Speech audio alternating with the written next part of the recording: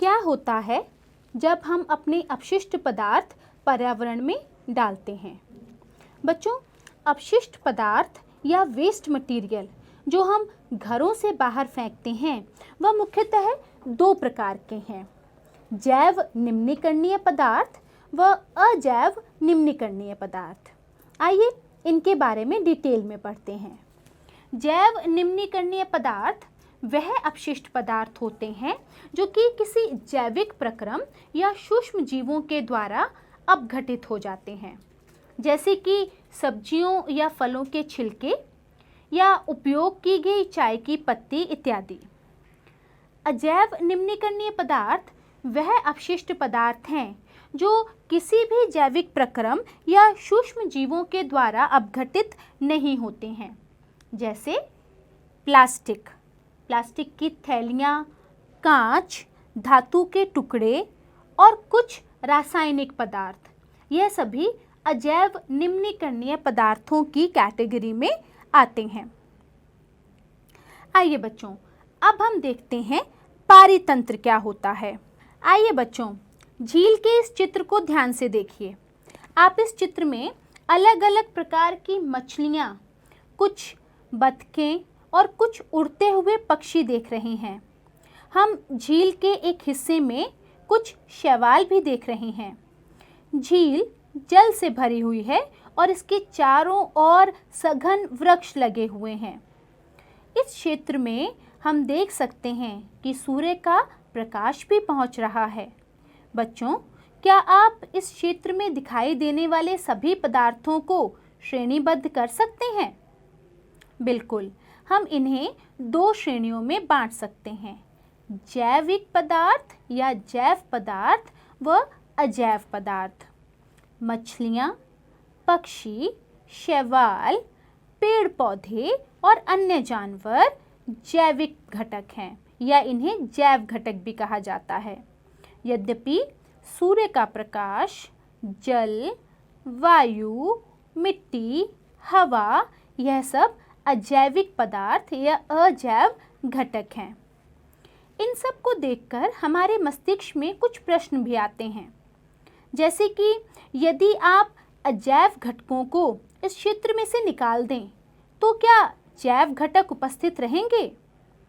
क्या जैव घटकों की उपस्थिति अजैव घटकों की अनुपस्थिति में खत्म हो जाएगी? क्या होगा यदि आप अलग अलग प्रकार की मछलियों को झील में से निकाल देंगे? जी हाँ बच्चों, मछलियाँ झील का संतुलन बनाए रखने में सहायक होती हैं। उनके बिना ये जल, शैवाल या काई जैसे पदार्थों के साथ भर जाएगा, जो कि झील को जल्दी ही सुखा देगा। तो इससे हमें यह पता चलता है किसी भी क्षेत्र के जैविक और अजैविक घटक मिलकर एक पारितंत्र बनाते हैं। जैविक घटकों को अगर हम विस्तार पूर्वक पढ़ें तो इन्हें भी हम दो भागों में बांट सकते हैं, उत्पादक और उपभोक्ता।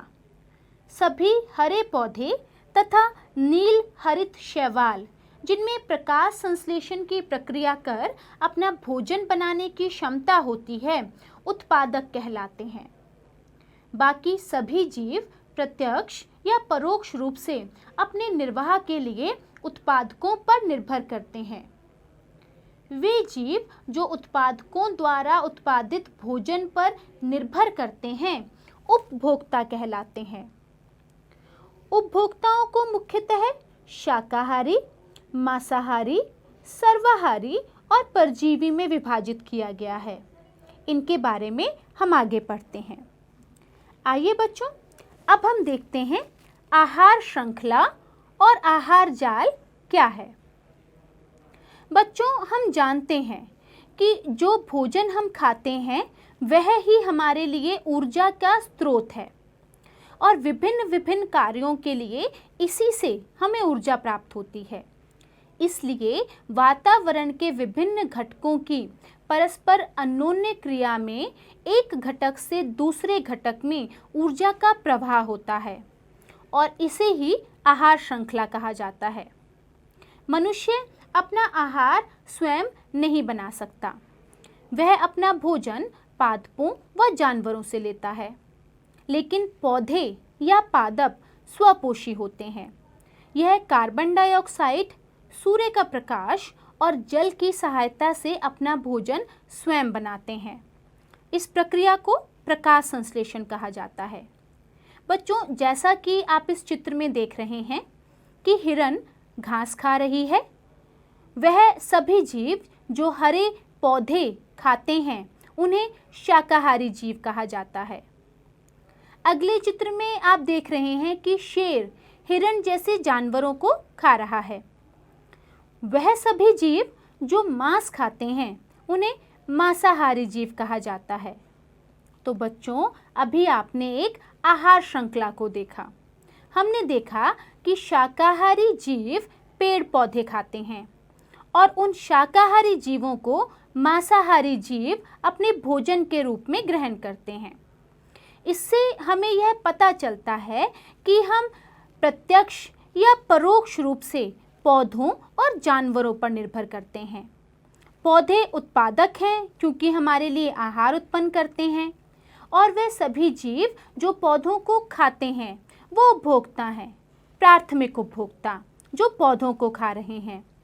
वह जीव जो प्राथमिक उपभोक्ताओं को खाते हैं उन्हें द्वितीयक उपभोक्ता कहा जाता है, और वह जीव जो द्वितीयक उपभोक्ताओं को खाते हैं वह तृतीयक उपभोक्ता कहलाते हैं। बच्चों, क्या आपने कभी सोचा है कि क्या होता है जब एक जीव जंगल में मर जाता है? जी हाँ, धीरे धीरे उसका अपघटन हो जाता है। यह अपघटन कौन करता है? जीवाणु और कवक जैसे सूक्ष्म जीव मरे हुए जीवों के अवशेषों का अपघटन कर देते हैं। यह सूक्ष्म जीव अपमार्जक कहलाते हैं क्योंकि ये जटिल कार्बनिक पदार्थों को सरल अकार्बनिक पदार्थों में बदल देते हैं, जो मिट्टी में चले जाते हैं और पौधों के द्वारा पुनः उपयोग में लाए जाते हैं। हम घास के मैदानों में हो रही आहार श्रृंखला को देखते हैं, जैसे कि घास को टिड्डी और खरगोश दोनों ही खाते हैं, और चूहे को सांप और मोर दोनों खाते हैं। सांप को भी चील और मोर दोनों ही खा रहे हैं। तो इस प्रकार हमें ये दिख रहा है कि प्रत्येक जीव को 2 या 2 से अधिक प्रकार के जीवों द्वारा खाया जा रहा है। एक आहार श्रृंखला अकेली उपस्थित नहीं है, बहुत सी आहार श्रृंखलाएं मिलकर एक जाल बना रही हैं। तो बच्चों, इस प्रकार जहाँ पर एक सरल आहार श्रृंखला के स्थान पर कई शाखान्वित श्रृंखलाओं का जाल बन रहा है, इसे हम आहार जाल कहते हैं। बच्चों, हमने पढ़ा कि आहार श्रृंखला के द्वारा ऊर्जा का प्रवाह होता है।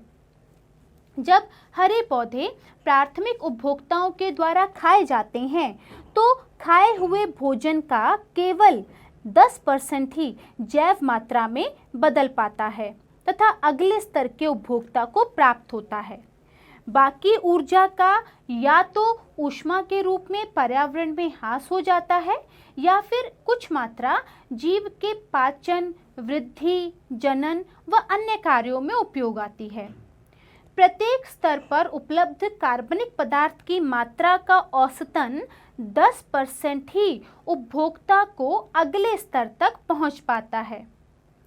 क्योंकि ऊर्जा की बहुत कम मात्रा ही एक स्तर से दूसरे स्तर तक पहुंचती है, इसलिए आहार श्रृंखलाएं सामान्यतः 3 या 4 चरण तक ही पाई जाती हैं।